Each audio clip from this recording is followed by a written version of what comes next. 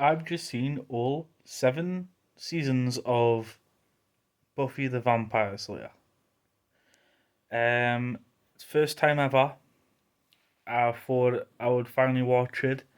It's been on my to-do list for a long time. I kept hearing about people. Oh God, what am I doing? I kept on hearing people talking about it and praising it for a long time.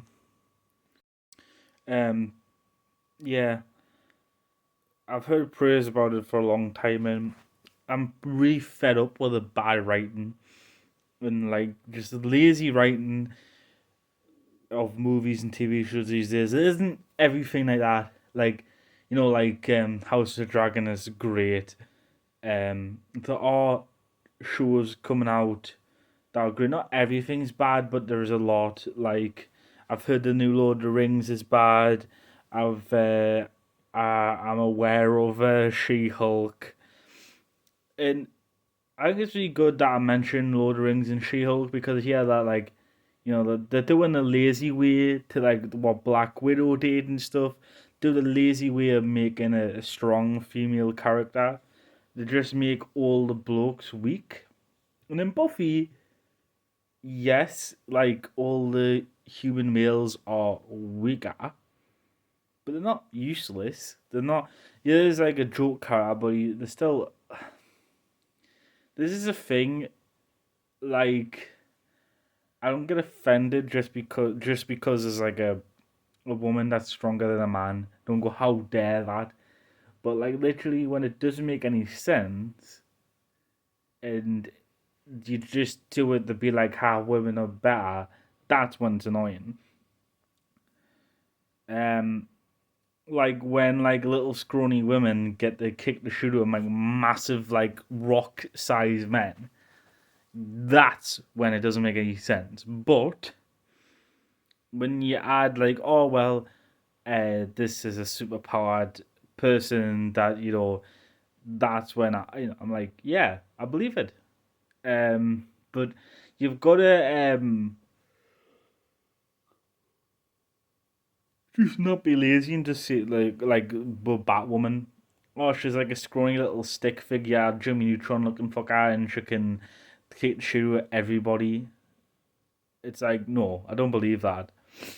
Um, the characters are so lovely. It's great to see um the actor who plays Giles. I mostly know him from Doctor Who, that episode where he's the headmaster. That was 2006, and this was 2003, and Buffy ended in 2003. So it was so 3 years. Oh, it might have been filmed in 2005, because it came out in 2000. I should have just had it on the stand or something. This phone, I don't. So, but anyway, um. So yeah, so it was like 2000. So it was 3 years, like 2 or 3 years. Let's just say 3 years. Um. So that like from Buffy to Doctor Who, and then after that he went in the Merlin.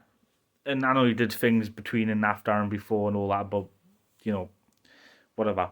Um. Love him. It's really sad that's what's happened to some of the cast.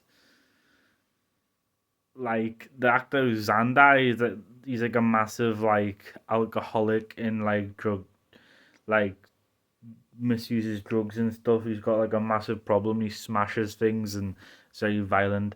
He's got like a massive like problem. That's very sad because he's like so like lovable in the show, but it's not that like he's a bad person in real life. He's just very ill, and he's like from. I'm not gonna go into political, not political, but like the actors' personal lives. I'm talking about the show. Um, season 1 and 2 are like it feels very like Doctor Who. It's like very cheesy early 2000s Doctor Who, even though it was in the 90s. It's like total like 90s cheese, and then season 3, straight from the first episode, it's a lot darker and a lot more serious, and it is like, I think like series like 2 especially has like loads of bangers, like those are shocking moments. But then season 3 is when like, sorry, yawn. Season 3 is when the show just like boom, boom, boom, like it's like holy shit. And then season 4, it feels like something's amiss during the whole that season. Like it's still a good season, but the the friends, the like, there's like, and before anyone types it out, if anyone types it out, that's the point of season 4. It's like life after high school, like the friendship groups are like, you know, um, waning apart. She like, our mom's like in like 3 episodes or something, like barely in it, because she's like in college all the time. Like, like the friends are all like split apart a lot. This is when like they start putting the groundwork for um Spike's redemption, the evil vampire. Um, it's the first season without Angel, which the first 3 seasons of Buffy even looks like him.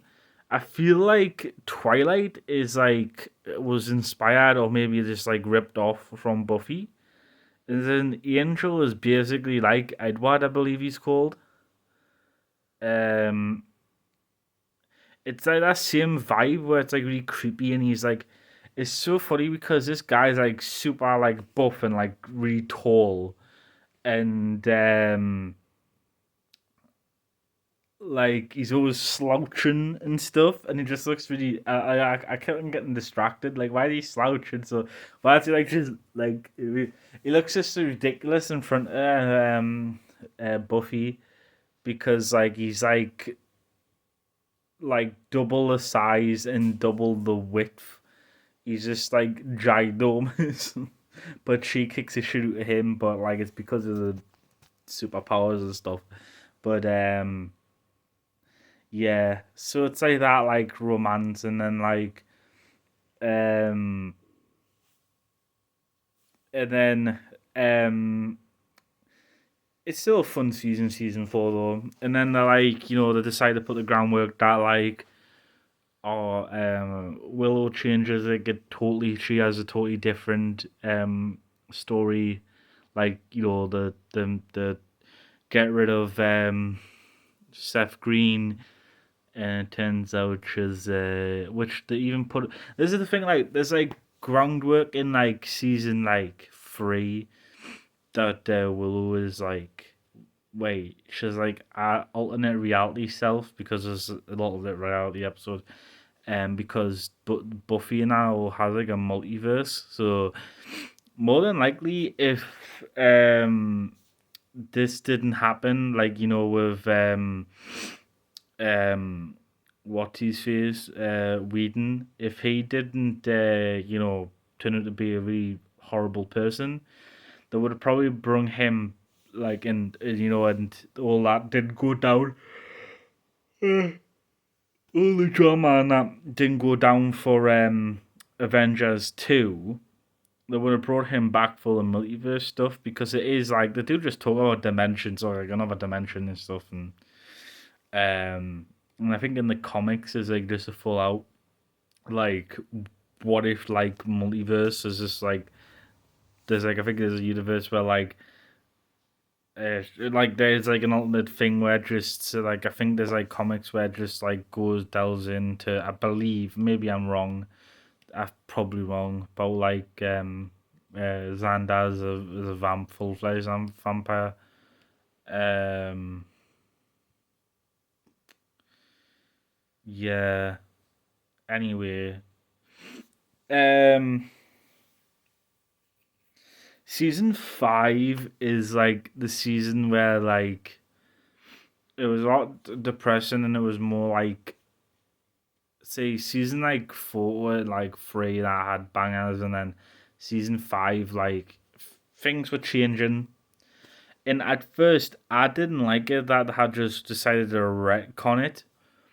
That now we had because obviously in the previous seasons just said that oh I'm a lonely child and stuff, and they've like just retconned it that that that that she has a sister, but it I thought oh they're just gonna like you know I was worried that it might be revealed that like oh she's like an alien or she's meant to be like a basically a ball of energy that's been turned into a human little sister. And I thought they were gonna do that, but never actually the characters realized oh you didn't actually exist. This is like but no, they do.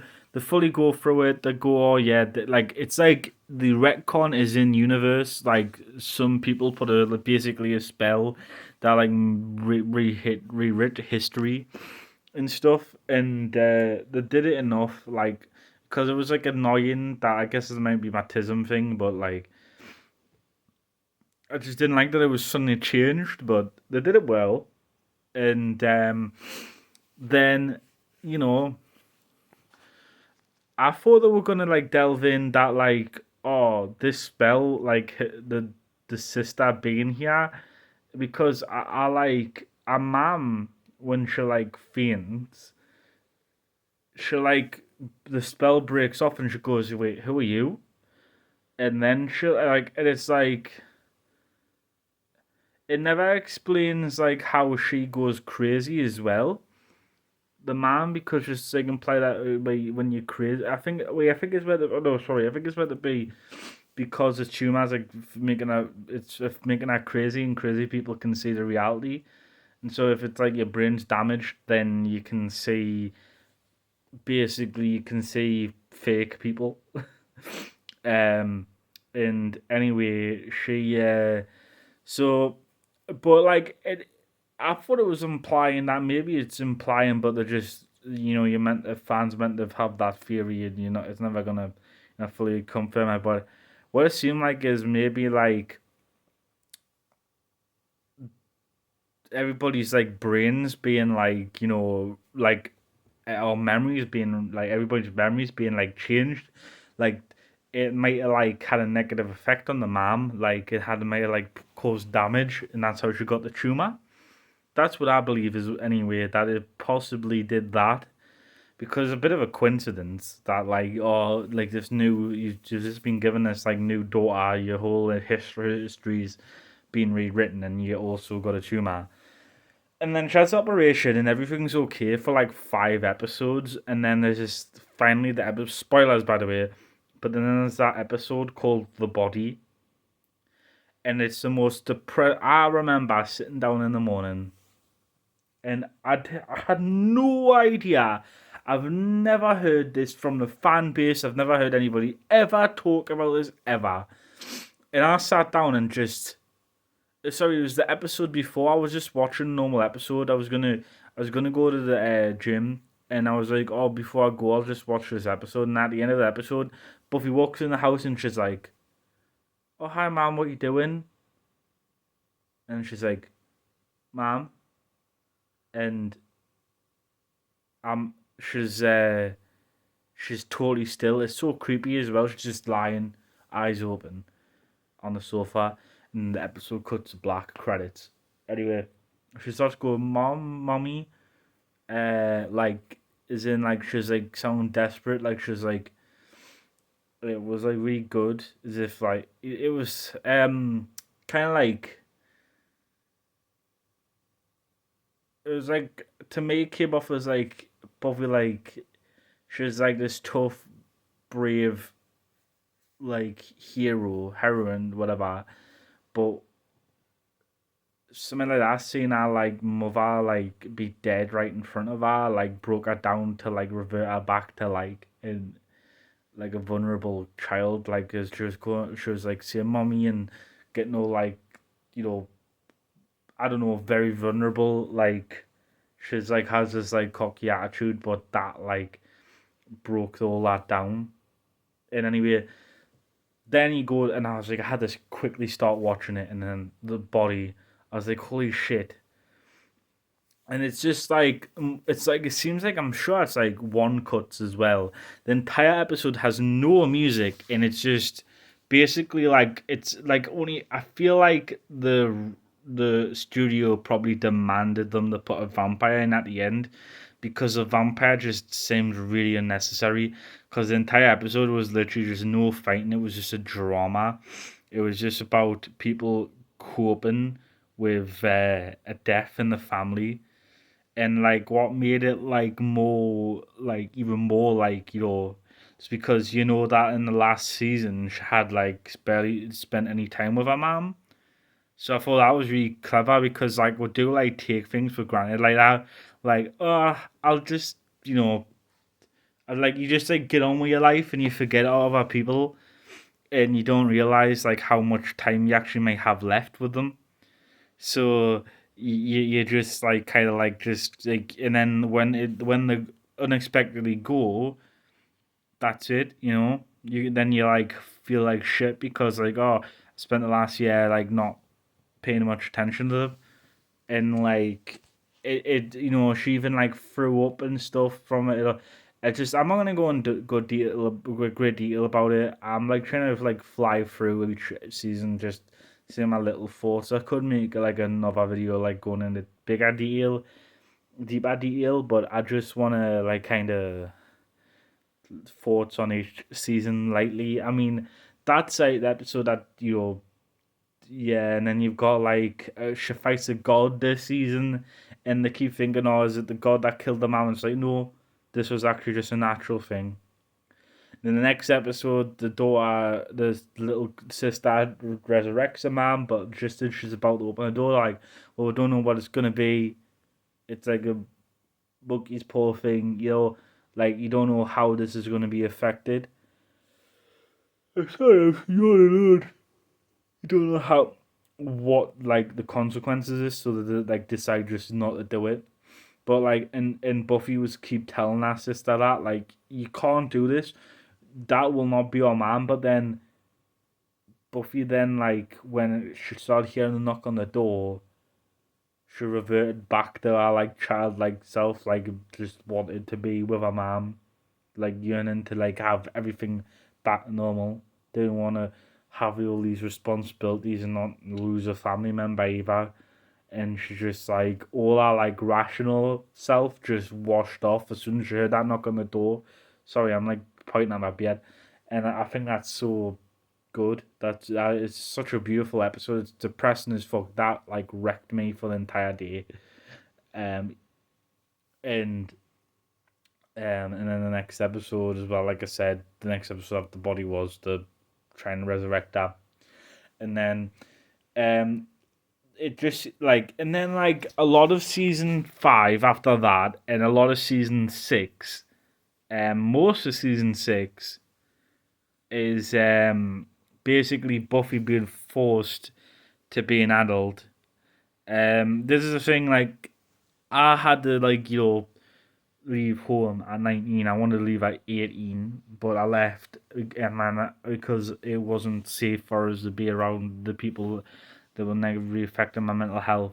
And then like I was just basically abandoned by the rest of the family as soon as I had moved in. Just let's get on with it. And I had to like, because of the way my parents were, I had no life skills.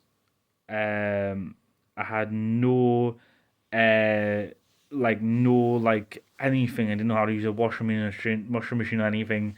and I had no experience for anything, and I had to teach myself everything. I had to learn how I had to like make loads of phone calls. I had to learn how to sort out bills. I had to do everything, man. Like literally think of anything simple, and I had to like learn everything from scratch. I do everything. I had to learn to look after a house, and then I got a pet. Had to look after a pet for the first time on my own.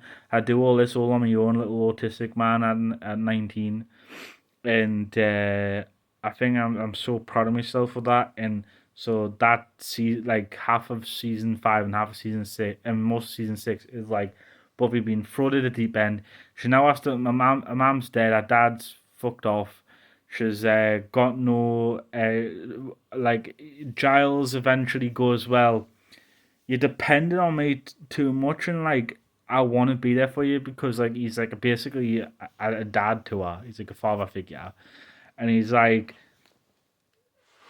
I can't like I want to support you, but you're never gonna grow if I'm there. You have to like this is really hard for you, but you are like so dependent on somebody. Like you just expect your mom or somebody to like save you. You need to just be like thrown on the deep end.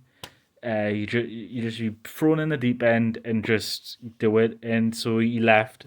The actor in real life just wanted to spend more time with his family, but because he was always in America doing filming this, but film doing Buffy, but the like normally they just make a dumb excuse.